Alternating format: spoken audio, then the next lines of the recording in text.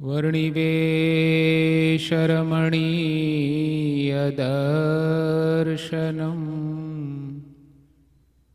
मन्दहासरुचिराननाम्बुजम्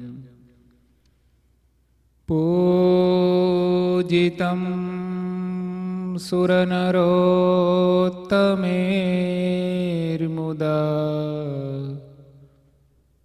धर्मनन्दनमहं विचिन्तये। धर्मनन्दनमहं विचिन्तये। ॐ अवतारिणे श्री स्वामिनारायणाय हरिकृष्णाय घनश्यामाय नीलकण्ठाय च नमो नमः। ओम श्री सद्गुरुचरणकमलेभ्यो नमो नमः।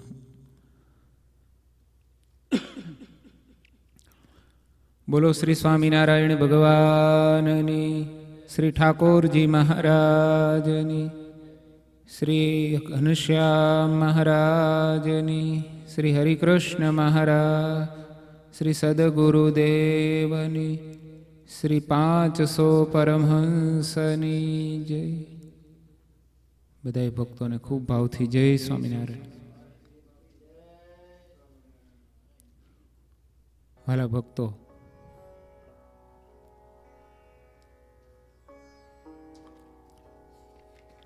श्री हरिकृष्ण લીલામૃત, શ્રી હરિકૃષ્ણ લીલામૃત સાગર નહીં પણ આપણે શ્રી હરિકૃષ્ણ ચરિત્રામૃત સાગર એ ગ્રંથના લેખક એવા સદગુરુ માધવદાસજી સ્વામી એમના જીવન કવનની કથા આપણે સાંભળી રહ્યા છીએ ત્યારે છેલ્લે આપણે સાંભળ્યું કે સ્વામીની મોટપ સમજાવતા મહારાજે ધરમપુરને વિશે જ્યારે મહારાજ પધાર્યા, કુશળ કુંવરબાના ભાવ અને આગ્રહને વશ થઈ મહારાજે સંતોને બોલાવવા માટેની સેવા માધવદાસજી સ્વામીને સોંપી, ત્યારે સ્વામી પણ મહારાજની આજ્ઞાથી દૂર સુદૂર અલગ અલગ જગ્યાએ વિચરણ કરી રહેલા સંતોને તમામને એક સાથે એક દિવસમાં ખબર આપીને પાછા ધરમપુર આવી ગયા. અને સ્વામી આવ્યા ત્યાં પાછળ બધાય મંડળો પણ માંડ્યા આવવા.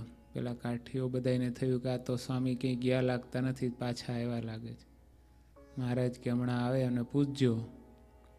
સંતોના મંડળો જોતામાં ક્યાંય કચ્છ, હાલાર, સોરઠ, સૌરાષ્ટ્ર બધેથી આવવા લાગ્યા. અને સંતોને મહારાજે પૂછ્યું, તમને કોણે સમાચાર આપ્યા અહીં આવવાના?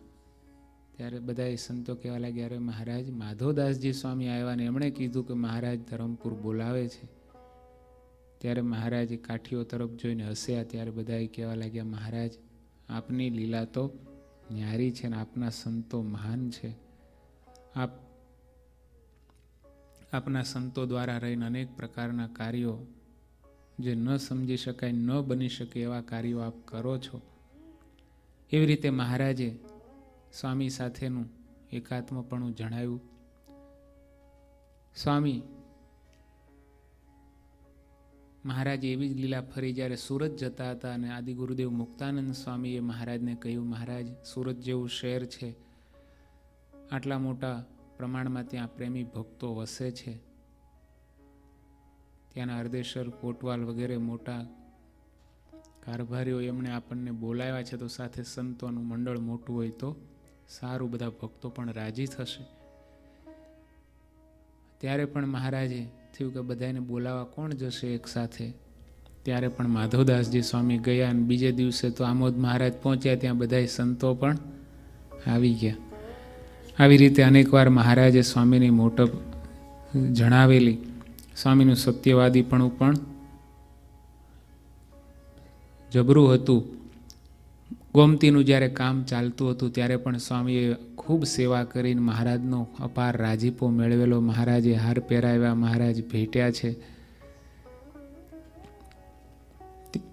પછી આંબાની નીચે મહારાજે ત્યાં ગોમતીજીના કાંઠે ફૂલઝાડ, બગીચા, આંબા વગેરે કરવાની સ્વામીને આજ્ઞા કરેલી. મહારાજની આજ્ઞાથી સ્વામીએ સેવા પણ કરેલી. ત્યાં મહારાજે રંગોત્સવ કરીને જ્યારે ઊભા હતા ત્યારે ઓટો આંબા નીચે સરસ બનાવેલો.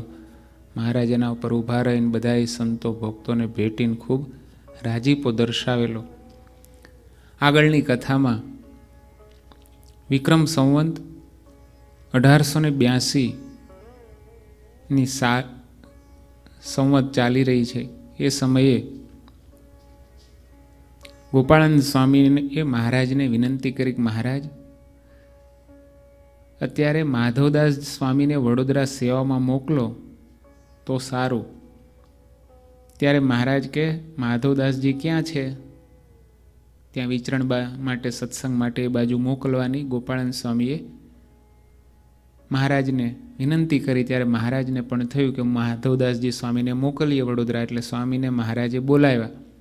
એટલે તરત જ માધવદાસજી સ્વામી કહે છે કે મેં મહારાજને કીધું કે હે મહારાજ, હું આપની સેવામાં હાજર જ છું, બોલો મહારાજ શું આજ્ઞા છે? સ્વામી આવીને જ્યારે મહારાજને આવી રીતે કીધું ત્યારે મહારાજ માધવદાસજી સ્વામીને કહેવા લાગ્યા, હરિ કહે જાશો વડોદરે આજ, ત્યારે કહ્યું જે હા મહારાજ. સ્વામી કહે જરૂર છે જાવું, કામ પડ્યું છે બહુ આવું. હરિ કહે જાશો વડોદરે આજ, ત્યારે કહ્યું જે હા મહારાજ. મહારાજે સ્વામીને બોલાવીને જ્યારે કીધું ત્યારે સ્વામી તો તરત હાજર થયા. મહારાજ બોલો શું આજ્ઞા છે? હું હાજર જ છું. મહારાજ કે એક કામ પડ્યું છે ને તમારે ત્યાં જવું પડે એવું છે. મહારાજ બોલો ને. મહારાજ કે તમારે વડોદરા આજે જવાનું છે. ત્યારે સ્વામી કે મેં કીધું કે હા મહારાજ, જેવી આપની આજ્ઞા, અમે વડોદરા જઈશું. પણ ત્યારે કંઈ સાનુકૂળ પરિસ્થિતિ નહોતી, વિપરીત પરિસ્થિતિ થોડીક હતી. સ્વામી કે જરૂર છે જાવું, કામ પડ્યું છે બહુ આવું. સ્વામી એટલે મહારાજ. મહારાજ સ્વામીને કહેવા લાગ્યા કે જરૂર જવું પડશે ને એવું કામ છે. એટલે એ વખતે ત્યાં સંતો બધા બીજા પણ ઊભા હતા. એમાં સુરેશ્વરાનંદ સ્વામી અને આનંદાનંદ સ્વામી એ પણ ત્યાં હતા હાજર. બંને સંતોએ પણ મહારાજને કીધું કે હે મહારાજ, આપ જો આજ્ઞા કરો તો અમે પણ સાથે જઈશું. ત્યારે મહારાજે બધાને કીધું કે હા ચાલો તમે બધાએ જલ્દી તૈયાર થઈ અને વડોદરા જવા માટે તૈયારી કરો. એમ કહીને મહારાજ બાજુ રાજી થયા અને ઊભા થઈને એ બધાએ સંતોને મહારાજ મળ્યા, ભેટ્યા. ભગવાનની મોટા સત્પુરુષની જ્યારે જે મરજી હોય એ પ્રમાણે તરત એમનો બોલ ઝીલીને પ્રમાણે વર્તે તો ભગવાનને મોટાનો રાજીપો થાય. પણ આપણું કંઈક ધારેલું હોય કે ના અહીંયા જ રહેવું છે, અહીંયા જ જવું છે ને આમ જ ફાવે તો, કારણ કે જીવને ઘણી પ્રકારના બંધન હોય. એમાં સ્થાનનું બંધન, હવે તો પથારીનું, જગ્યાનું, આ જ જગ્યાએ આ ઘણું પ્રકારનું હોય. પણ એ બધું ભગવાનને મોટાને રાજી કરવા મૂકીએ અને ભગવાનને મોટા જ્યારે જેમ આજ્ઞા કરે, જેમ વર્તાય પ્રમાણેની તત્પરતા જેટલી હોય એટલું ભગવાનને મોટાનો રાજીપો મળે. સ્વામીએ જ્યારે હા પાડી ત્યારે મહારાજ તરત મળ્યા, એ સંતોને ભેટ્યા અને પછી કીધું કે જ્યારે હું કાગળ લખાવીને તમને તેડાવું ત્યારે તમારે અમારી પાસે આવવું, એ પહેલાં આવવું નહીં. કોઈ અવધિ નહીં પાછું ક્યારે મહારાજના દર્શને આવવાનું. એ બધા એવા હતા સંતો તો કે મહારાજ વિના ક્ષણ માત્ર રહી ના શકે એવા, મહારાજમય રહેનારા. પણ તેમ છતાંય ભગવાનની શું મરજી છે, પ્રિયતમની જે મરજીને લોપે નહીં એ જ પ્રેમી કહેવાય. આપણે કહીએ કે પ્રેમ મને તમારામાં બહુ ભાવ, પણ તમને કોઈ એમ પાછું કરવાનું નહીં. તમારી જોડે જ રહેવું પડે તો જ મને ફાવે એવું નહીં. કારણ કે એમની જે મરજી હોય એ પ્રમાણે જે વર્તે એ જ ઉત્તમ સેવક છે, એ જ ઉત્તમ દાસ છે, એ જ ઉત્તમ ભક્ત છે. ગોપીઓને ભગવાન શ્રી કૃષ્ણમાં અપાર હેત હતું. એમણે નક્કી કરેલું કે ભગવાન ને લેવા અક્રૂરજી આવ્યા મથુરાથી, તો બધાય ગોપીઓને ખ્યાલ આવી ગયો કે આપણે બધાએ રથની આડા સૂઈ જઈશું પણ એને જવા દઈશું નહીં. એમ કરીને બધી ગોપીઓએ પ્લાન કરી રાખેલો અને બધાએ નક્કી કરેલું કે આપણે જવા દેવા નથી. પણ જ્યારે સમય આવ્યો, ભગવાન રથ ઉપર બેઠા ને બધી ગોપીઓ આગળ આવીને ઊભી રહી ગઈ, પણ ભગવાનની મરજી ન જોઈ કે અત્યારે માલિકની પ્રિયતમની શું મરજી છે એને જોઈને એ પ્રમાણે વર્તે તો જ એનો રાજીપો મળે, નહીંતર પછી આડા સૂઈ જઈએ તોય રાજીપો ના મળે. ભલે આપણો પ્રેમ દેખાતો હોય પણ એમાં ભગવાનને મોટાનો રાજીપો ના, એની મરજી નથી, એની મરજીથી વિરુદ્ધ કરીએ છીએ તો એ રાજી થાય નહીં. એટલે ગોપીઓએ જાણ્યું કે અત્યારે ભગવાનની મરજી નથી, એટલે કોઈ પછી બીજો આગ્રહ એવો ના કર્યો કે જે આડા સૂઈ જઈએ. ને બીજું, અને ભગવાન તો નજીક મથુરામાં જ હતા, તો એની મરજી નહોતી કે અહીંયા અમને મળવા આવે, તો ત્યાં મળવા પણ ગઈ. બાકી તો કાયમ એમને ઘણીવાર અઠવાડિયામાં એકાદ વાર કંઈ માખણને આ તે બધું વેચવા, ઘી વેચવા ત્યાં જ જતી હતી. પણ તોય કેટલા વર્ષો ગયા ત્યાં સુધી તોય ભગવાનને મળી શકી નહીં. જે ભગવાન વિના એને ક્ષણ માત્ર નહોતું ચાલતું, એવી એમની સ્થિતિ હતી. એને બધી ક્રિયામાં જ્યાં જોવે ત્યાં ભગવાન કૃષ્ણ જ દેખાતા હતા અને ભગવાન હાવ નજીક જ હોય. અને એ સ્થિતિ તો જેણે અનુભવ્યું હોય ને જેને હોય એને જ ખ્યાલ આવે. આપણે ખાલી વાત કરીએ કે હા નથી ગઈ લો, પણ એને એના વિના એક ક્ષણ પણ યુગ જેવી જતી હોય.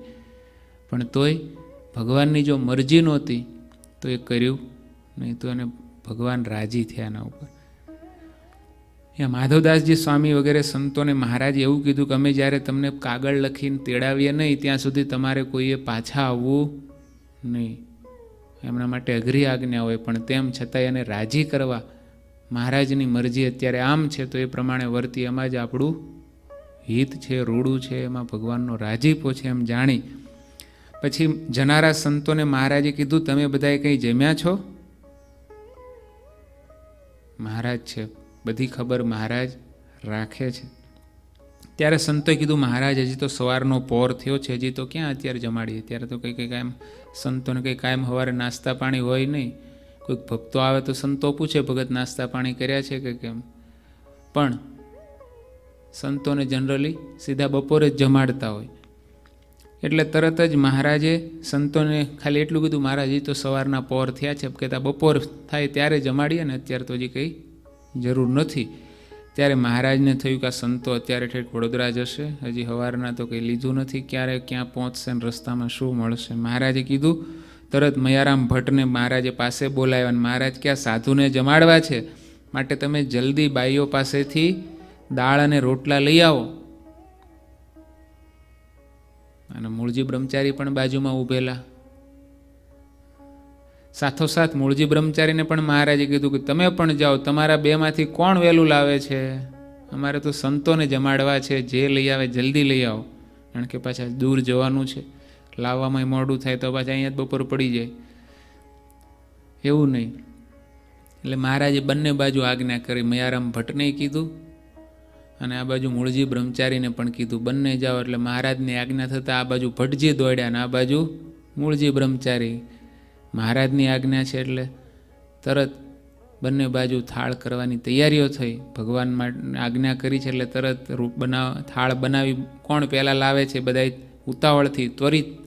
મહારાજની આજ્ઞા છે ને કે જલ્દી લાવો, એટલે બંને બાજુ ઉતાવળથી ભગવાનની આજ્ઞા પ્રમાણે થાળ તૈયાર કરવા લાગ્યા.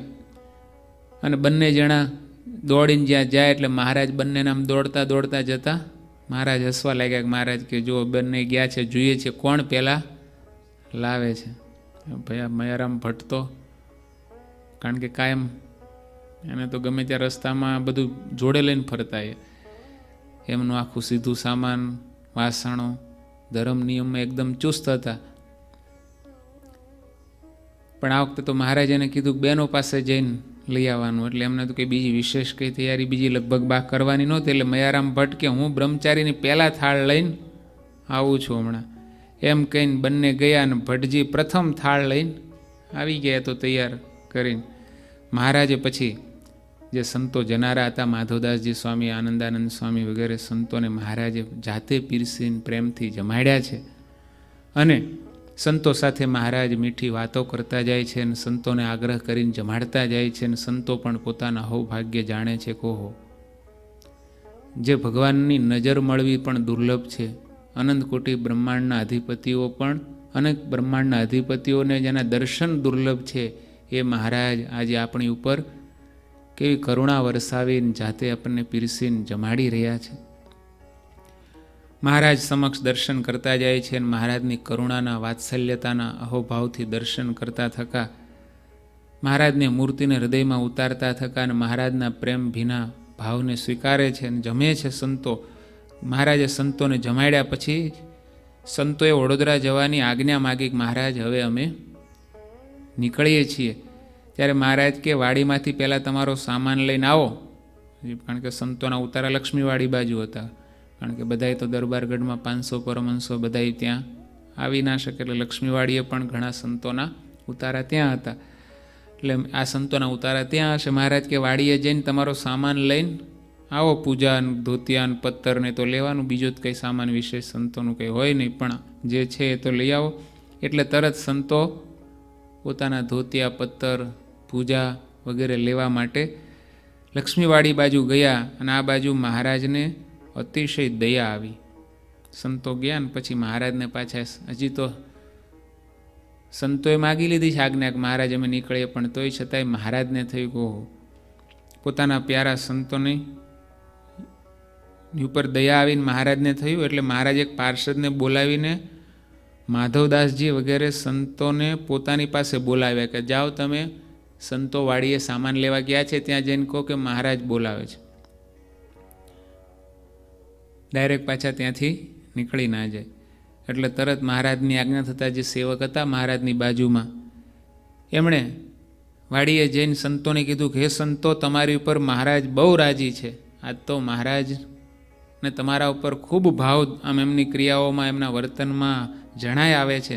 અને અત્યારે મહારાજ તમને પહેલાં તો મહારાજે સંતોને જમાડ્યા.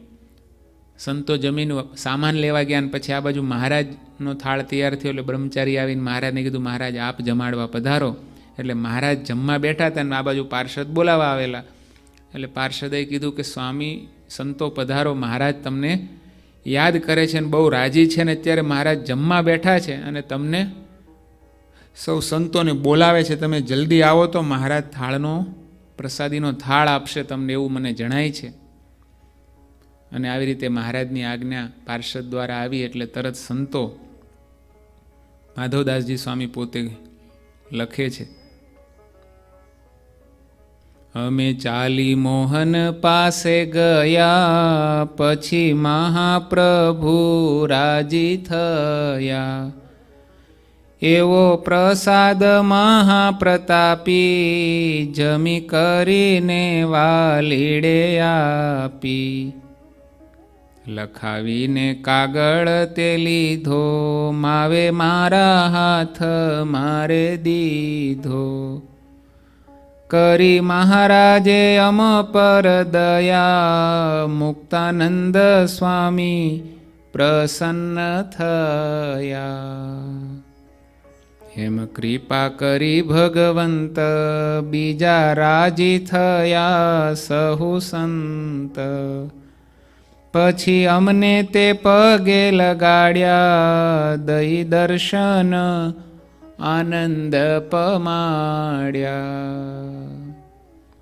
અમે સત્વરે અમારા ધોતિયા પૂજા વગેરે લઈને તરત દરબારગઢમાં આવ્યા અને મહારાજ ઠાકોરજી જમાડી રહ્યા હતા.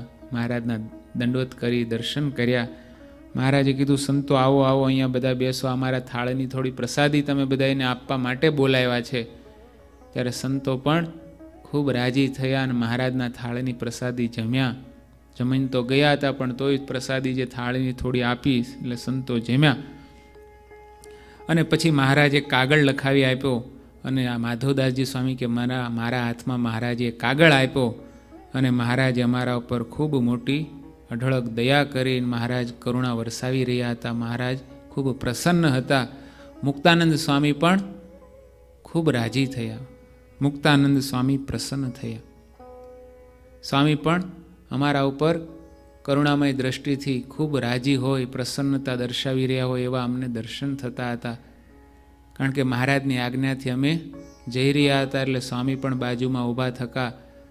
મહારાજનો આટલો અમારા ઉપર રાજીપો હતો. સ્વામી પણ અમારા ઉપર ખૂબ પ્રસન્ન જણાતા હતા કે મહારાજની આજ્ઞાને પાળવા માટે અમે જઈ રહ્યા હતા. તત્પરતા હતી એ જોઈને સ્વામી પણ રાજી થયા. અને બધાએ આવી રીતે મહારાજે અમારા ઉપર ખૂબ મોટી કૃપા કરી. બીજા બધા સંતો હતા એ પણ ખૂબ રાજી થયા. બધાને અમે પગે લાગ્યા. અમને મહારાજે પગે લગાડ્યા કે બધાએ સંતોને પગે લાગી લો, દર્શન કરી લો અને પછી નીકળો. અને પછી અમે બધાએ મુક્તાનંદ સ્વામી વગેરે સંતોને દંડવત કરી પગે લાગીને નીકળીએ છીએ. ત્યારે સ્વામી હવે આગળ લખે છે, મને બોલાવીને પાછો વાળી, કહ્યું કાનમાં શ્રી વનમાળી. સ્વામી કે અમે જ્યાં પાછા નીકળ્યા, દરવાજાને આમ પહોંચ્યા, બહાર નીકળવાની તૈયારીમાં ત્યાં મહારાજે ફરી પાછા બોલાવ્યા કે અહીંયા આવો, અહીંયા આવો, સંતોને બોલાવો. બૂમ પાડી એટલે મહારાજની બૂમ સાંભળે એટલે પાછા અમે સંતોને પણ મહારાજને છોડીને આમ મહારાજની આજ્ઞા છે એટલે જવું પડે, પણ મહારાજને રાજી કરવાનું. મહારાજને પણ પોતાના પ્યારા સંતોને વિદાય આપે છે, પણ તોય મહારાજને પણ આમ ભાવ સંતો પ્રત્યે કેટલો છે. પહેલાં તો પોતે પીરસીને જમાડ્યા છે, વાડીએ મોકલ્યા, પાછા બોલાવ્યા, થાળની પ્રસાદી આપી, બધાને કાગળ મહારાજે આપ્યો, સંતોને પગે લાગીને નીકળ્યા. અને ફરી મહારાજે પાછા બોલાવ્યા. સ્વામી કે મને બોલાવીને પાછો વાળી, કહ્યું કાનમાં શ્રીવન માળી. કાનમાં મહારાજે કંઈક વાત કરી સ્વામીને. કાનમાં કંઈક વાત કરી હશે, કંઈક ઇમ્પોર્ટન્ટ હશે, પણ તેમ છતાંય સ્વામી કે મને મહારાજે સ્પેશિયલ પાછો બોલાવીને મારા કાનમાં કંઈક મને વાત કીધી. લો, શું વાત કીધી, કેવી રીતે કીધી? ખાલી વાત કીધી એવું સીધું નહીં, કાનમાં કીધી ને પાછી કેવી કીધી? મારી કોટે મેલી હરિ હાથ, મુખે બોલ્યા મનોહર નાથ. મારી કોટે મેલી હાથ એટલે મારા ખભે મહારાજ આમ હાથ મૂકી, જેમ કોઈ પોતાના પ્રિય સખાની ઉપર આમ હાથે ઉપર હાથ મૂકીને કાનમાં કંઈક વાત કહેતા હોય ને, એ મહારાજ કે સ્વામી કે મહારાજે મારા ખભા ઉપર હાથ મૂકીને મને કાનમાં એક વાત કીધી. લો, સ્વામી આમ વર્ણન કેવું આ બેહૂબ કરે, ખાલી સીધી વાત કીધી એવું પાછું ના લખ્યું. મારા ખભે હાથ મૂકીને મહારાજે મારા કાનમાં એક સરસ મજાની મને એક વાત કીધી. મુખે બોલ્યા મનોહર નાથ. શું બોલ્યા? કહે સાધુ મંડળ વાટે મળે, કેજો તેને પણ તેહ પડે.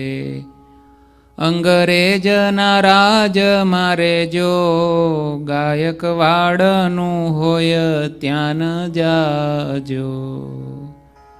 મહારાજે કાનમાં મને એક વાત કીધી કે રસ્તામાં પણ સંતોના કોઈ મંડળો તમને મળે તો બધા એને એક વાત કહેજો. શું વાત કહેજો? તો કે અંગ્રેજના રાજ્યમાં રહેજો અને ગાયકવાડનું હોય ત્યાં ન જાજો. હવે સંતોને ક્યાં મોકલે છે?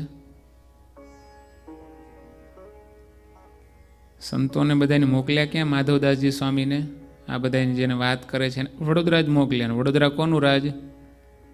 ગાયકવાડનું જ રાજ કહેવાય. એનો તો મેન કિલ્લો કહેવાય. એનું બીજું બધું તો આગળ બીજું બધું ગામડાનું તો દૂર, પણ આ તો મુખ્યનું રાજ્યનું જ મુખ્ય કેન્દ્ર કહેવાય, રાજધાની જ કહેવાય. મહારાજ કે રસ્તામાં જે કોઈ સંતોના મંડળો મળે ને એ બધાને એવું કહેજો કે તમે બધા અંગ્રેજના રાજમાં વિચરણ કરજો ને ત્યાં સત્સંગ કરાવજો, પણ ગાયકવાડનું રાજ હોય ને ત્યાં જશો નહીં. હવે કોઈક આવી વાત હોય એટલે કંઈક આમ કારણ હોય તો જ કીધું હશે ને. એવું કંઈક આમ ત્યાં જવામાં કંઈક તકલીફ હશે, ત્યાં જવામાં કંઈક ઉપાધિ જેવું હશે, એટલે જ મહારાજે ચેતવવા માટે સ્વામીને કે મને ખભા ઉપર હાથ મૂકીને કાનમાં મહારાજે વાત કરી કે રસ્તામાં કોઈ સંતોના મંડળો મળે અને બધાને કહેવું કે અંગ્રેજી રાજ હોય ત્યાં રહેજો, પણ ગાયકવાડના રાજમાં જશો ને. એના સંતોને ક્યાં મોકલ્યા? ગાયકવાડના રાજની રાજધાનીમાં જ મોકલ્યા. હવે ત્યાં તો પાછું આમ જો તો આપણને વિચાર થાય કે ઓહો, જ્યાં અઘરું છે એવું કંઈક હશે તો જ ને, તો પછી અમને તો ત્યાં જ મોકલે છે ને બીજા સંતોને પાછા કહે છે ત્યાં જ, અમને જ કહે છે કે કોઈ મળે તો એને કહેજો ત્યાં જાય ને. હવે આપણને આવી કોઈ અઘરી બાબત હોય ત્યાં આપણને જ કહે કે તમારે જવાનું, બીજા બધાને ત્યાં ચેતવજો. કોઈ બીજા રસ્તા મળે એને મોકલતા. કોઈક હાર્ડ એવી જોબ હોય ને કોઈક હાર્ડ સેવા હોય કે જે જ્યાં કંઈક રિસ્ક હોય, બહુ હાર્ડ રિસ્ક હોય ને કંઈક આપણે તમારે જ આ સેવા કરવાની શિવમ ભગત. બીજા કોઈ આવે ભક્તો ત્યાં તેને બધાને ના પાડી દેજો કે અહીંયા તમે કોઈ આવશો આ સેવા તમારે જ કરવાની છે, તો આપણને શું લાગે? કંઈક હશે એટલું થાય કે બીજું કંઈ થાય કે આ મહારાજ કે આ સ્વામી કે આ મને આવી હાર્ડ જે રિસ્કવાળું મને હોપે છે ને બીજા બધાને કહે કે તમે ત્યાં કોઈ જશો નહીં, તો આપણા પ્રત્યે કેવું? આપણે શું છીએ? આપણે ગમે તે થાય તો આપણને વાંધો નહીં, બીજાને થાય તો એની ચિંતા, અને આપણને સામેથી એમાં મોકલે છે કે જાઓ, તમે જાઓ, વાંધો નહીં, તમને જે થાય એની ચિંતા નહીં. તો આપણને તો ભગવાન પ્રત્યે કંઈક વિચાર આવી જાય કે આવું કેમ કરતા હશે ભગવાન? કોઈક ભગવાનના મોટા સત્પુરુષ પૂજ્યપાદ ગુરુજી કોઈક એવી સેવા હોપે કે જ્યાં કંઈક અઘરું હોય અને રિસ્ક હોય, અને બીજા બધાને પાછું આપણને જ કહે કે ભાઈ બીજા કોઈ ત્યાં આવે એને કહી દેવાનું તમારે કોઈને આવવાનું નહીં અને તમારે તો ત્યાં જ જવાનું. તો આપણું મન ભગવાનને મોટા સત્પુરુષ પ્રત્યે પણ આમ વિચાર કરે કે આમને પણ એવું કેવું, મારા પ્રત્યે આમને બીજાને પાસેથી સેફ રાખવાના, એવું થાય ને. પણ ભગવાનને મોટાને વિશ્વાસ, આપણે એવું ના વિચારીએ કે મારા પ્રત્યે એમને વિશ્વાસ છે, મારા પ્રત્યે એમનો રાજીપો છે, તો મને આ કામ સોંપ્યું, તો મને આ સેવા સોંપી. પણ આપણો મનુષ્યનું મન શું વિચાર કરે? નેગેટિવ વિચાર જ કરે કે આ મને આવું કામ સોંપ્યું, બીલા બીજાને સેફ રાખ્યું, મને જે રિસ્કવાળું હતું ત્યાં મને મોકલ્યો, આવું થાય ને. પણ એવું વિચારે કે ના, મહારાજને ને મોટાને મારા ઉપર વિશ્વાસ છે, સંતોને ભક્તોને મારા પર વિશ્વાસ છે કે આ કામ આ કરશે જ, ભલે ગમે તે થશે તોય, અને એને મારા પર રાજીપો છે તો મને આ કામ સોંપ્યું, નહીંતર તો બીજાને ના સોંપે. આવો જો વિચાર આવે તો એ બહુ મોટો સારો વિચાર, શ્રેષ્ઠ વિચાર કહેવાય. અને કારણ કે બીજા કોકને કહે કે ભાઈ તમે ત્યાં ના જશો તો બરાબર છે, પણ આપણને જ પાછા એવું કહે કે તમારે જ આ કરવાનું છે અને બીજા કોઈને પાછા ત્યાં આવવા ના દેવાના, એ તો વધારે અઘરું. કોઈક પહેલેથી કોઈક બીજા બેને જ્યાં ત્યાં ના મોકલવાનો, એને કહી દીધું ભાઈ તમારે ત્યાં જવાનું નથી, એક બાજુ એને કહી દીધું હોય તો વાત તો બરાબર છે. આપણને કહી દીધું તમારે કરવાનું છે તો એ જે આપણને ખબર ના હોય કદાચ થઈ જાય, પણ આપણને જ કીધું હોય ભાઈ તમારે જ જવાનું અને બીજા કોઈ આવે અને એમ કહેવાનું કે તમારે ત્યાં જવાનું નથી. પણ એના પરથી આપણને ખ્યાલ આવે કે સ્વામી પ્રત્યે, માધવદાસજી સ્વામી પ્રત્યે મહારાજને કેટલો ભરોસો હશે, કેટલો વિશ્વાસ હશે કે આને કહીશ તો એમને એમાં અમુકો વધારે ભાવ થશે, અને વિશ્વાસ ભગવાનને દ્રઢ હોય ત્યારે જ આ વાત થઈ શકે. કારણ કે મહારાજ એમને સ્વયં કહે છે, તમે જાઓ છો અત્યારે વડોદરા, રસ્તામાં કોઈ મંડળો મળે ને બધાને કહી દેજો કે અંગ્રેજોના રાજ હોય ત્યાં જવું, પણ ગાયકવાડના રાજમાં જશો નહીં. હવે એનું કારણ શું હતું? તો એ વખતે મહારાજે દ્વારકાથી રણછોડરાયજી, ગોમતીજી, શંખ, ચક્ર આદિ છાપો વગેરે બધા તીર્થોને વડતાલમાં લાવેલા. આખો પ્રસંગ આપણે જાણીએ છીએ. સચ્ચિદાનંદ સ્વામીને મોકલેલા અને આખો બધા ત્યાંના દેવો તીર્થો બધા વડતાલમાં આવેલા. અને આના કારણે ગાયકવાડના રાજ્યમાં અમુક દ્વેષી લોકોએ અવિદ્યા ફેલાવી છે. આ બધું થયું, પ્રસંગ બન્યો એટલે બધી બાજુ તો આખા ગુજરાત પંથકમાં બધે એ વાતો પ્રચલિત થવા માંડી. એટલે જે ગાયકવાડના રાજ્યની અંદર અમુક જે દ્વેષી લોકો હતા, જેને ભગવાન સ્વામિનારાયણ, એમના સંતો, એમના કાર્ય પ્રત્યે જેને નફરત હતી, દ્વેષ હતો, નહોતું ગમતું, એ બધાએ પછી એના માટે બધી ખોટી ખોટી વાતો સમાજમાં ભ્રમ ને અફવાઓ ફેલાવા લાગેલા કે આમ છે ને સ્વામિનારાયણ ઢોંગ છે ને ધતિંગ છે ને જે કંઈ એના પ્રત્યે ન બોલવાના શબ્દો કે બીજું બધું રાજ્યમાં અફવાઓ ફેલાવા લાગેલા.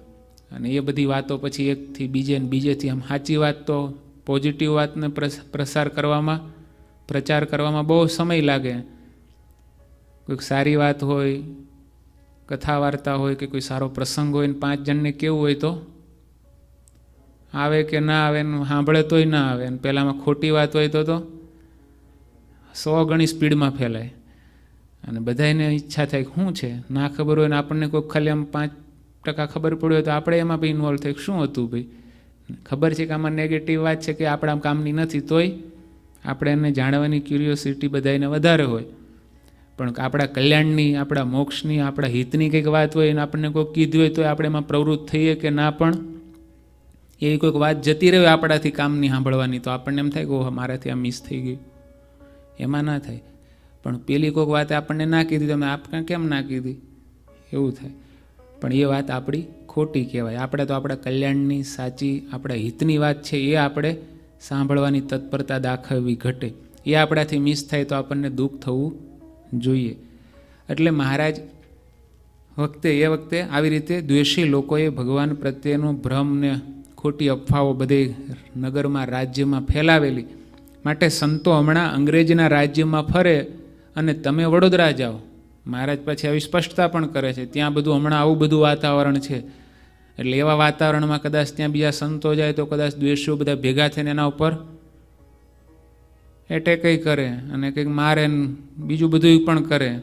એટલે તમારે ત્યાં જ જવાનું છે એ જગ્યાએ, પણ બીજા કોઈ આવે એને ત્યાં મોકલવાના નથી, એ બધાને દૂર રાખવાના છે.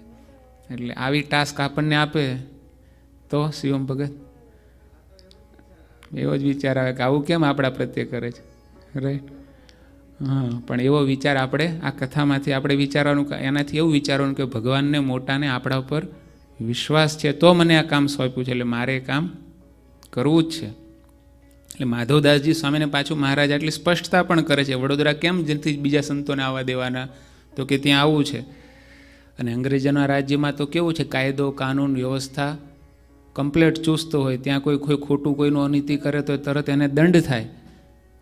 એટલે ત્યાં સંતોને સેફટી હતી, ત્યાં કોઈ બીજી રીતે લોકો કંઈ કરી શકે એમ હતું નહીં. પછી મહારાજની આજ્ઞા થઈ એટલે માધવદાસજી સ્વામી વગેરે સંતો વડોદરા ગયા. મહારાજને યાદ કરતાં કરતાં પછી સ્વામી કે અમે નીકળ્યા. અને કોઈ રસ્તામાં સંતોના મંડળો મળ્યા તો એમને કીધું પણ ખરું, કારણ કે મહારાજની આજ્ઞા હતી એટલે કીધું કે બધાએ વડોદરા ગાયકવાડ સરકારના રાજ્યમાં હમણાં વિચરણ કરતા નહીં, આવી મહારાજની આજ્ઞા છે. અંગ્રેજી રાજ્ય જ્યાં છે ત્યાં તમે વિચરણ કરજો. પરંતુ મહારાજે વડોદરા નરેશ સયાજીરાવ ગાયકવાડના અંતરમાં પ્રવેશ કર્યો હતો. ભગવાન તો જ્યાં ધારે જેમ ધારે એમ એના અંતરમાં રહીને પ્રવેશ કરીને એનું અંતર પણ બદલી શકે. એટલે મહારાજે સયાજીરાવ ગાયકવાડ સરકારના અંતરમાં મહારાજે સ્વયં પ્રવેશ કરેલો, તેથી બીજા કોઈથી કાંઈ બોલાયું નહીં. કારણ કે રાજ કચેરી ભરાય, એમાં બધા મંત્રીઓ આવે, કેટલાય બધા ગામડાઓના બીજા બધે જ્યાં ત્યાં નિમાયેલા એના મંત્રીઓ પ્રધાનો બધા ત્યાં ભેગા થાય. રાજ્યની અંદર શું કામકાજ ચાલે છે, શું યોગ્ય અયોગ્ય ચાલે છે, એની બધી ચર્ચાઓ થતી હોય. એમાં પછી આ રાજ્યમાં આખા રાજ્યમાં આવી બધી વાતો ફેલાણી હોય સ્વામિનારાયણ ભગવાન વિશે, આપણા સંપ્રદાય વિશે, એટલે એની પણ પછી ત્યાં આવે તો ખરી ચર્ચા. પણ સ્વયં મહારાજે સયાજીરાવ ગાયકવાડ સરકારના અંતરમાં પ્રવેશ કરેલો અને એમનો દ્રઢ ભગવાન પ્રત્યેનો ભાવ હતો, એટલે બીજા કોઈથી કાંઈ બોલાણું નહીં, કોઈ કંઈ કહી શક્યું નહીં એના વિશે, મહારાજ વિશે કંઈ નેગેટિવ વાત. એટલે ત્યાંના સારા સમાચાર થોડા દિવસોમાં માધવદાસજી સ્વામી વગેરે સંતોએ મુક્તાનંદ સ્વામીને કહ્યા. માધવદાસજી સ્વામી વગેરે સંતો થોડા દિવસ ત્યાં વિચરણ કર્યું વડોદરામાં જ, નગરમાં, શહેરમાં જ. જે મહારાજના ભક્તો હતા, આશ્રિતો હતા, એને ભગવાનની વાતો, સત્સંગ, કથા, વાર્તા વગેરે કર્યું. રાજ્યની અત્યારે કેવી પરિસ્થિતિઓ છે, રાજ્યમાં કેવી વાતોચીતો ચાલે છે, શું છે, બધી એમને જાણ ભક્તો દ્વારા બીજા દ્વારા થતી હોય. પણ બધાય કોઈ નેગેટિવ વાત એવી કોઈ હતી નહીં, સારા ભગવાન પ્રત્યેની. કારણ કે રાજાની અંદર જ મહારાજે પ્રવેશ કરેલો, એટલે રાજાને તો મહારાજ પ્રત્યે આમાંય ભાવ હતો. ને એમાંય મુક્તાનંદ સ્વામીનું જીવન સ્વયં સયાજીરાવ ગાયકવાડ સરકારે જોયેલું, સ્વામીનો સમાગમ કરેલો, અને સ્વામીએ આવીને વડોદરામાં જે શાસ્ત્રાર્થ કરેલો, સ્વામીનો વિવેક, વાણી, સાધુતા, વિદ્વત્તા, સ્વામીની કથા વાર્તા, બધું એમણે સાંભળેલું. એટલે એને તો ખબર હતી કે ભગવાન સ્વામિનારાયણ એ કોઈ ખોટું નથી, તો સાક્ષાત ભગવાન છે. એમના સંત મુક્તાનંદ સ્વામી એવા પણ કેવા પ્રભાવશાળી અને કેવા સંત સમર્થ હતા. એમની વાત સાંભળતા અંતરમાં ટાઢક થાય, એમની પાસે બેઠા હોય તો ઊભા થવાનું મન ના થાય. એક કીડી જેવા જીવને પણ જે દુખવે નહીં એવા સંત, એના ભગવાન, એ તો કંઈ કારણ કે કંઈ એક બે તો નથી, હજારો સંતો એની આશરે બધું છોડીને સાધુ થઈને વર્તે છે. લાખો અનુયાયીઓ એને સ્વયં ભગવાન માને છે. આ બધું એમણે જાણ્યું હતું. અને કેવળ એકબીજાને જોવા સાંભળવા કહેવાથી નહીં, શાસ્ત્રીય રીતે મુક્તાનંદ સ્વામી બધા પુરાવાને પુરવાર કર્યું હતું. એટલે સ્વામી દ્વારા ત્યાં સ્વામિનારાયણ વિજય તેતરામ આખા વડોદરા નગરમાં ગાયકવાડ રાજ્યમાં એ ધજા પતાકાઓ ભગવાન સ્વામિનારાયણના વિજય ધ્વજાકાઓ સ્વામીના દ્વારા ફેલાયેલી. એટલે માધવદાસજી સ્વામીએ પણ એ સમાચાર સૌથી પહેલાં કોને આપ્યા? મુક્તાનંદ સ્વામીને આપ્યા કે સ્વામી અત્યારે વડોદરા શહેરમાં બીજી કોઈ ઉપાધિ કે કોઈ પ્રકારનું નેગેટિવ વાતાવરણ નથી. બધાય ભગવાન સ્વામિનારાયણ પ્રત્યે એમના સંતો ભક્તો પ્રત્યે માનભરી દ્રષ્ટિથી જોવે છે અને બધાને ભગવાન સ્વામિનારાયણને સ્વામિનારાયણ સંપ્રદાયને સંતો પ્રત્યે અહોભાવ છે. આ બધા સમાચાર મુક્તાનંદ સ્વામીને માધવદાસજી સ્વામીએ જણાવ્યા. એટલે સ્વામીએ પણ આ વાતને મનમાં વિચારી તો એમને પણ થયું કે આ સમાચાર મહારાજને જલ્દી આપવા જોઈએ, જેથી મહારાજ પણ રાજી થાય. એટલે સ્વામીએ પણ તરત એ સમાચાર મહારાજને જણાવ્યા કે મહારાજ, આપની આજ્ઞાથી માધવદાસજી સ્વામી વગેરે સંતો વડોદરા ગયા છે, ત્યાં ઘણા દિવસ રોકાયા અને એમણે આવા સમાચાર મોકલ્યા છે. ત્યારે મહારાજ પણ સંતોના એ સમાચાર આવ્યા એટલે મહારાજ રાજી થયા. અને મહારાજે કીધું કે હવે તો પછી બધું સાનુકૂળ છે, કોઈને કંઈ તકલીફ છે નહીં, ભક્તો પણ શાંતિથી ભજન કરે છે, રાજ્યમાં કોઈ એવી વાતો નથી, તો પછી સંતોને હમણાં પાછા બોલાવી લાવો, ઘણા દિવસથી આ સંતો ગયા છે, તો માધવદાસજી સ્વામી વગેરે સંતોને પાછા બોલાવો. એટલે મુક્તાનંદ સ્વામીને મહારાજે કીધું એટલે સ્વામીએ પણ સમાચાર અપાવી અને સંતોને પાછા ગઢપુર બોલાવ્યા. અને એ વાતને સ્વામી પોતે હરિકૃષ્ણ લીલામૃત સાગરના 124મા તરંગમાં સ્વામી પોતે નોંધે છે. માધવદાસજી સ્વામી કે અમને સંવત 1882 વૈશાખ સુદ નોમના દિવસે દયા કરીને પ્રસન્ન થઈને પ્રભુએ અમને પોતાની પાસે બોલાવ્યા. ચૈત્ર મહિનામાં ગયા હતા, એટલે 15-20 દિવસમાં ચૈત્ર વદ પક્ષમાં, અને પાછા વૈશાખમાં તો બોલાવી લીધા, કારણ કે ત્યાં બધું વાતાવરણ જે સાનુકૂળ થઈ ગયેલું, મહારાજે જેમાં પ્રવેશ કરેલો. એટલે અમે સ્વામી કે અમે બધા સંતો પાછા ગઢપુર તરફ આવવા લાગ્યા. અને જ્યારે અમે ગઢપુર આવ્યા ત્યારે સંધ્યા સમય થઈ ગયેલો. આમ સ્વામી આખું આમ વર્ણન આબેહૂબ કરે, કેવો સમય હતો ને મહારાજ ક્યાં બેઠા હતા ને શું કરતા હતા ને કેવા વસ્ત્ર પહેર્યા હતા ને મહારાજ અમને શું કીધું ને કેવી રીતે કીધું. અને એ વાત આપણે સાંભળીએ તો આપણને આમ આખું આમ દ્રશ્ય, આખી એ લીલા આપણને તાદ્રશ્ય થઈ જાય. ખાલી આવ્યા ને કીધું ને આટલું નહીં, પણ ક્યારે આવ્યા ને કેટલા વાગે આવ્યા ને મહારાજ ક્યાં બેઠા હતા ને શું કરતા હતા ને બધું આમાં સ્વામી વર્ણન કરે. સ્વામી કે અમે જ્યારે આવ્યા ત્યારે સંધ્યા સમયે ગંગા જળીએ કુએ મહારાજ સ્નાન કરતા હતા. ગઢપુરમાં અક્ષર ઓરડીને અડીને જ મહારાજનો, જેમ અત્યારે બાથરૂમ બધા એના પર્સનલ હોય ને, મહારાજનો સ્નાન કરવાનો નિત્યનો પર્સનલ એ કૂવો હતો. એટલે નિત્ય મૂળજી બ્રહ્મચારીએ કૂવામાંથી પાણી કાઢીને મહારાજને ત્યાં જ એક ચોકડી હતી, એમાં મહારાજને નિત્ય સ્નાન કરાવતા. એ ગંગા જળીએ કુએ મહારાજ બરાબર સ્નાન કરતા હતા સંધ્યા સમયે, સાંજના 6, 6:30 થયા હશે. અને પછી સ્વામી કે હું શુક મુનિને પગે લાગ્યો. શુકાનંદ સ્વામી મહારાજના જમણા હાથ તુલ્ય હતા, એ પણ મહારાજની સાથે જ હોય, કંઈક પણ સેવા લખવાનું આ તે કંઈ પણ મહારાજ આપે એટલે તરત સ્વામી કરતા. અને જ્યારે અમે ત્યાં આવ્યા ત્યારે સૌથી પહેલાં શુકાનંદ સ્વામી મળ્યા, એટલે શુકાનંદ સ્વામીને પગે લાગ્યા, જય સ્વામિનારાયણ કીધું. એટલે અમને જોતા જ શુક મુનિ બોલ્યા સુખકારી, જુઓ આનાય શ્રી સુખકારી, અમે હરિના કીધા દર્શન, થયા પ્રાણ જીવન પ્રસન્ન. પછી પહેરીને કોરો તે ખેસ, શોભે છે સુંદર નટવર વેશ, આવ્યા હસતા હરિવર હેતે, કરી છે કૃપા કરુણાની કેતે. શુકાનંદ સ્વામી કીધું, જુઓ આ નાય શ્રી સુખકારી. મહારાજ ત્યાં સ્નાન કરતા હતા ને એ બાજુ આમ શુકાનંદ સ્વામીને અમે પહેલાં શુકાનંદ સ્વામી મળ્યા, એટલે અમને એમ કે મહારાજ જ અક્ષર ઓરડીમાં હશે ને બહાર સ્વામી બેઠા છે, એટલે પગે લાગ્યા. એટલે શુકાનંદ સ્વામીએ તરત અમને કીધું કે જુઓ આ નાય શ્રી સુખકારી, જુઓ મહારાજ અહીંયા સ્નાન કરે છે, દર્શન કરો. અમે હરિના કીધા દર્શન, મહારાજની સ્નાન લીલાના અમે ત્યાં 2 હાથ જોડી પગે લાગીને દર્શન કર્યા. અને મહારાજ સ્નાન કરી રહ્યા હતા, એવા પ્રાણ જીવન મહારાજના દર્શન થતા, અમને જોતા મહારાજ પણ સ્નાન કરતાં કરતાં અમારા તરફ પોતાની કરુણામય દ્રષ્ટિ અમારા તરફ કરીને અમારા સામું હસીને પ્રસન્નતા દર્શાવી મહારાજે સ્નાન કરીને કોરા વસ્ત્ર એક ધોતી પહેરી અને મહારાજ મનોહર સુંદર શોભી રહ્યા હતા. એક ધોતી પહેરીને ઉપર ખુલ્લું શરીર હતું મહારાજનું. અને મહારાજ પછી હસતા હસતા અમારી સામું કરુણામય દ્રષ્ટિ કરતા થકા અમારી સાથે વાતો કરતાં કરતાં મહારાજ પાછા પધાર્યા. પછી દાદા ખાચરના દરબારમાં મેડીનો ખૂણો જ્યાં હતો, વાસુદેવ નારાયણના ઓરડા અને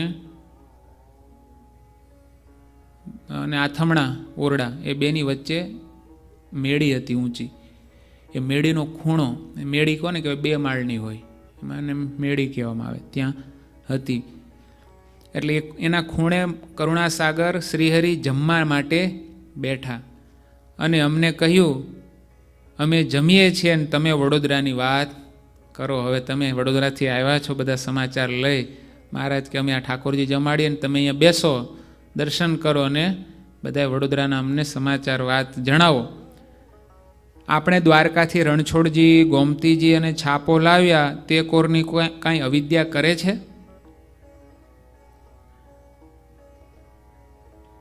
કહેતા આપણે આ બધું કામ કર્યું વડતાલની અંદર, દેવો પધરાવ્યા જે દ્વારકાથી લાવી, રણછોડજી, ગોમતીજી, છાપો વગેરે ત્યાં લાવ્યા, તો એ બાબતની કોઈ અવિદ્યા, ભ્રમ, અજ્ઞાન, લોકોમાં અફવાઓ વગેરે કોઈ ફેલાવે છે ત્યાં, કે કેવું વાતાવરણ છે વડોદરાનું? આવું મહારાજ પૂછે છે. ત્યારે માધવદાસ સ્વામી કહે કે મહારાજ, એકવાર વડોદરામાં ગાયકવાડ સરકારની રાજસભામાં વાત થઈ. ગાયકવાડ સરકારની રાજસભા ભરેલી, સિંહાસન ઉપર સયાજીરાવ પોતે બેઠેલા, અને બધાએ રાજ્યના તમામ મંત્રીઓ, સભાસદો, નગરના આગેવાનો, શેઠ શાહુકારો આ બધાએ આવીને બેઠેલા. અને એમાં વાત એવી થઈ કે દ્વારકાથી રણછોડરાય, ગોમતીજી, છાપો સ્વામિનારાયણ વડતાલમાં લાવ્યા છે, એનું કેમ સમજવું? આવું તે કંઈ હોય કે દ્વારકાથી ત્યાં લઈ આવે? આ તો કંઈ પેલી વસ્તુ છે કે શાકભાજી કે બીજું કંઈ ફ્રૂટ કે એમ કે હાલો ત્યાંથી ખરીદીને અહીંયા લઈ આવ્યો. ત્યારે વડોદરા નરેશ સયાજીરાવ કે, કારણ કે સરકારે, રાજાએ આવ્યો પ્રશ્ન નહોતો ઉઠાવ્યો, પણ સભામાંથી કોઈ 2, 5, 10 જણા ભેગા થઈને વાત કરી હશે જે શયણે કે આવું તે કંઈ હોય, એનું શું સમજવું એમ, આવું કંઈ થાય એવું થવું જોઈએ આપણા રાજ્યમાં. ત્યારે સયાજીરાવ મહારાજ પોતે રાજા એમની વચ્ચે બોલ્યા, જ્યારે એ લોકોએ સભામાં જ્યારે આવો પ્રશ્ન પૂછ્યો ત્યારે. અને આ વાત કોણ કહે છે? માધવદાસજી સ્વામી મહારાજને સંભળાવે છે. હવે જે સયાજી રાવે પેલા જ્યારે પ્રશ્ન પૂછે ત્યારે શું કીધું? તો સ્વામી કે, શા સારું રણ છોડજી નાવે, સ્વામિનારાયણ સમર્થ કાવે, એક બોડાણો ભક્ત કહાવ્યા, રણ છોડજીને ડાકોર લાવ્યા. એવા સ્વામીના ઘણા સતસંગી, પ્રીત પ્રભુમાં છે જોય ભંગી. સયાજીરાવ સરકારે સ્વયં જાતે જ્યારે સભામાં આવી કોઈ પ્રશ્ન ઉઠાવ્યો ત્યારે રાજાએ સ્વયં એને જવાબ આપ્યો, કોઈ બીજાએ આપ્યો અને બીજી કંઈક વાત થઈ એવું નહીં. સ્વયં સયાજીરાવ સરકાર પોતે બોલ્યા કે શા સારું રણછોડજી ના આવે, સ્વામિનારાયણ તો સમર્થ ભગવાન છે. એક બોડાણો ભગત જો ખરેખરો પાકો ભગત થયો તો એ પણ દ્વારકાથી ઠેઠ ડાકોર રણછોડજીને લઈ આવ્યો, એની ભક્તિને વશ થઈને ભગવાન ત્યાં આવી ગયા. તો ભગવાન સ્વામિનારાયણ તો સમર્થ છે. અને એવા સ્વામીના ઘણા સત્સંગી, પ્રીત પ્રભુમાં છે જો અભંગી. બોડાણા ભક્તના પ્રેમને, ભક્તિને વશ થઈને દ્વારકાથી રણછોડરાય જો ડાકોર આવી ગયા હોય તો સ્વામિનારાયણને તો એવા કેટલાય સત્સંગીઓ છે, 1, 2 નહીં, કે જેની પ્રીત પ્રભુમાં છે અભંગી, એની પ્રીત ભગવાનમાં અખંડ છે. એને કોઈ જગતના કોઈ વ્યવહાર, કોઈ ધંધા, કોઈ બિઝનેસ, કોઈ સગા, કોઈ વાલા, કે જગતની કોઈ વ્યક્તિ, વસ્તુ, પદાર્થ કોઈમાં એને પ્રીતિ રહી નથી. એક ભગવાનમાં જ જેને પ્રીતિ હોય એને જ ભગવાન વશ થાય ને, એની પાછળ જ ભગવાન આવે ને, બધાની પાછળ તો જાય નહીં. એટલે સયાજીરાવ સરકારે કીધું કે બોડાણા ભગત તો એક થયા, તો એની વાહે જો દ્વારકાથી રણછોડરાય ડાકોર આવતા હોય તો એવા તો ભગવાન સ્વામિનારાયણને ત્યાં અનેક ભક્તો છે કે જેને એક પોતાના ઈષ્ટદેવ, એક પોતાના ભગવાન, એને વિશે જ એક દ્રઢ અનન્ય પ્રીતિ છે એને જગતમાં કોઈ પોતાના માન અપમાન નાત જાત કોણ શું બોલે ને કોણ શું કરે એની કોઈ એને નથી. એક ભગવાનમાં જ, કારણ કે જગતમાં ગાંડો એ જ ભગવાનમાં ડાયો. અને જગતમાં ડાયો થવા જાય, બધાય મને આમ સરસ કે સારા બોલાવે હારા જાણે, હારા દેખાવા માટે, તો એ કંઈ ભગવાનને રાજી કરી શકે? જગતને જે કહેવું હોય, જે બોલવું હોય, જે કરવું હોય, મને તો એક મારા મહારાજ, મને મળેલા સદગુરુ જે મને મહારાજમાં જોડે છે, જે મને ભગવાનની આજ્ઞા ઉપાસના દ્રઢ કરાવે છે, એને વિશે મારી અનન્ય એ રીજ્યા આખું જગત ખીજું કે એને એ રીઠું તોય શું, અને આખું જગત આપણને માન સન્માનને મોટા મોટા આખા વર્લ્ડ ગિનીઝ બુકમાં સ્થાન આપે, કે વર્લ્ડ રેકોર્ડમાં આપણું સ્થાન આપે, કે આપણી વાહ વાહ કરે, પણ ભગવાનને મોટા ન રીજ્યા તો એ ગમે એટલી ઉપાધિ મેળવીને, ગમે એટલી ઉપાધિ એટલે સન્માન મેળવા તોય શું કામના. પણ જેને એક ભગવાન અને મોટાને જ રાજી કરવાનું તાન જાગે તો જ એ ભગવાનને મોટાને રાજી કરે. એમ સયાજીરાવ સરકાર મહારાજ સ્વયં એવું બોલ્યા, એક બોડાણો જો ખરેખરો ભગત થયો તો એ પોતે દ્વારકાનાથને ડાકોર લઈ આવ્યા, તો એવા તો ભગવાન સ્વામિનારાયણના ઘણા સત્સંગીઓ છે, એક બે નહીં, કે જેને એક ભગવાનમાં જ અનન્ય પ્રીતિ છે, બીજું કોઈ એના જીવનમાં પ્રધાન નથી. અને બીજી વાત સાંભળો, સયાજીરાવ કહે છે, અને સ્વામીના સાધુ તે કેવા, ગીતા ભાગવતમાં લક્ષણ એવા, અમને સ્વામીની તોષી વાત, એ તો છે પુરુષોત્તમ સાક્ષાત. અને એ સ્વામિનારાયણ ભગવાનના સાધુઓ તો કેવા, એના જીવન તો તમે જુઓ, જેવા ગીતા અને ભાગવતજીમાં સાધુના લક્ષણો કીધા છે.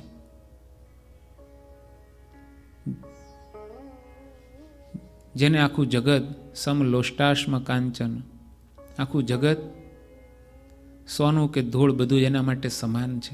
એને કોઈ માન પદ પ્રતિષ્ઠા બીજું કાંઈ એને પડી નથી. એક ભગવાનમાં જ એને અનન્ય પ્રીતિ છે, રાગ નથી, દ્વેષ નથી, દયા કરુણાના સાગર સમાન એવા ભગવાનના સંતોના જે શાસ્ત્રોમાં લક્ષણ લખ્યા છે, એ તમામ લક્ષણો જેમાં દેખાયા જ વર્તમાન કાળે, તો એવા ભગવાન સ્વામિનારાયણના સાધુઓ છે, જે ગીતા ભાગવતમાં સંતોના લક્ષણ કીધા હોય એવા જોવા હોય તેવા સ્વામીના સાધુમાં દેખાય છે.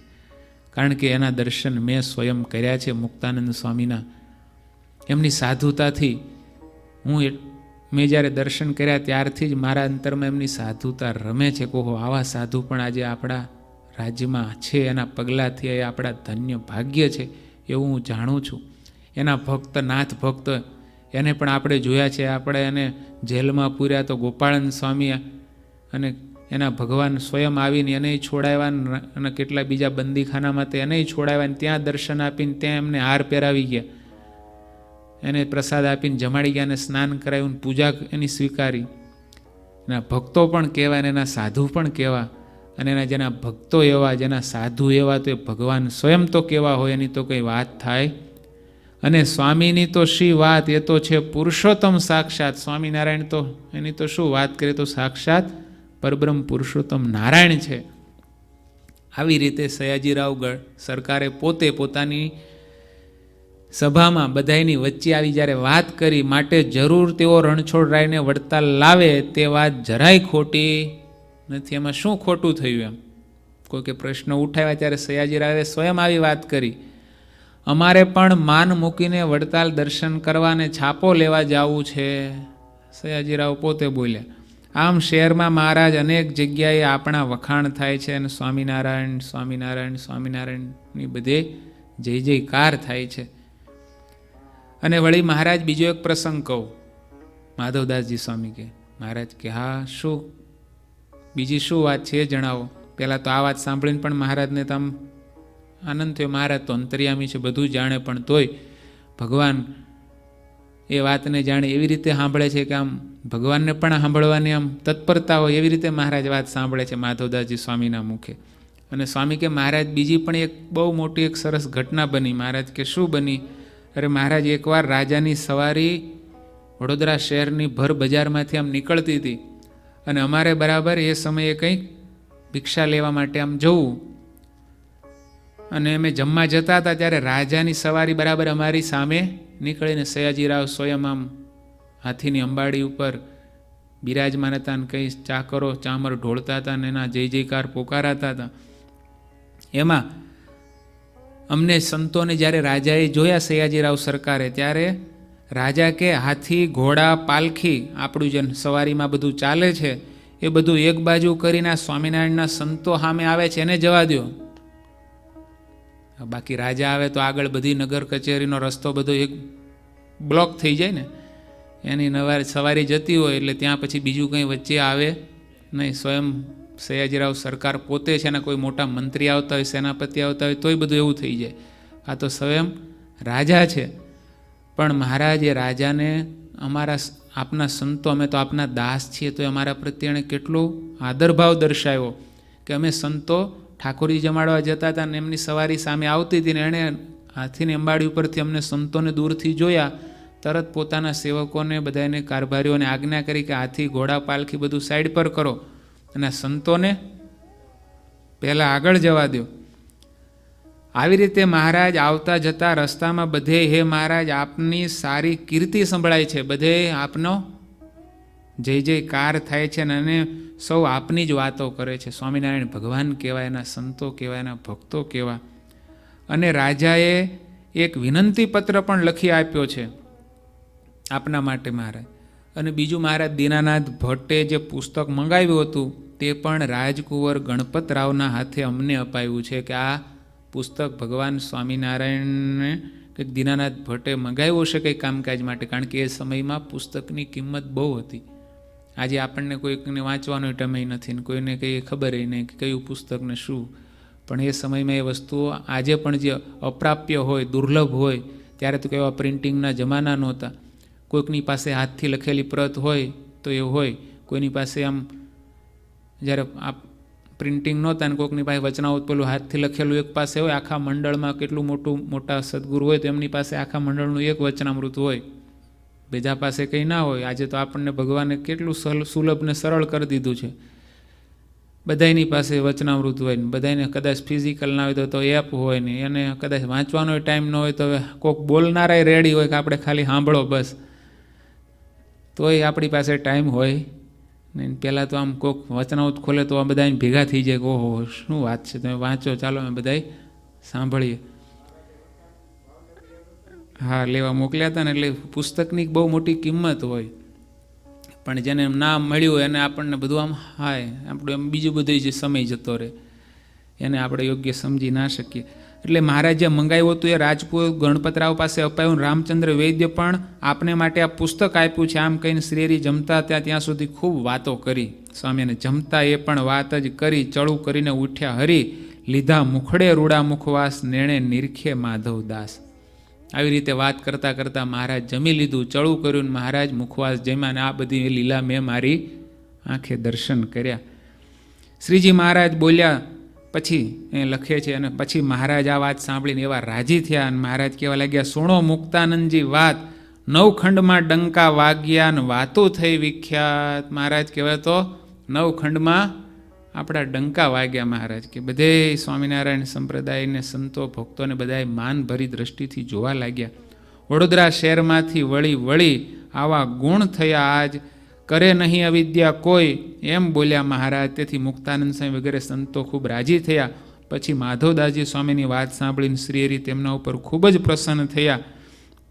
વડોદરાથી આવેલા સંતોને મહારાજે પછી પોતાના થાળની પ્રસાદી આપીને ભેટ્યા. આવી રીતે માધવદાસજી સ્વામી કે આવી રીતે અનેકવાર મહારાજનો પ્રત્યક્ષ રાજીપો લઈને હું ધન્ય થયો છું. આવી સ્વામીની આ વાત આપણે સાંભળી. અત્યારની કથાને અહીંયા આપણે પૂર્ણ કરીશું. બોલો ઠાકોરજી મહારાજની જય. શ્રીપતિમ શ્રીધરમ સર્વદેવેશ્વરમ ભક્તિધર્માત્મજમ વાસુદેવમ હરિમ માધવમ કેશવમ કામદમ કારણમ સ્વામિનારાયણમ નીલકંઠમ ભજે. ઘનશ્યામ મહારાજની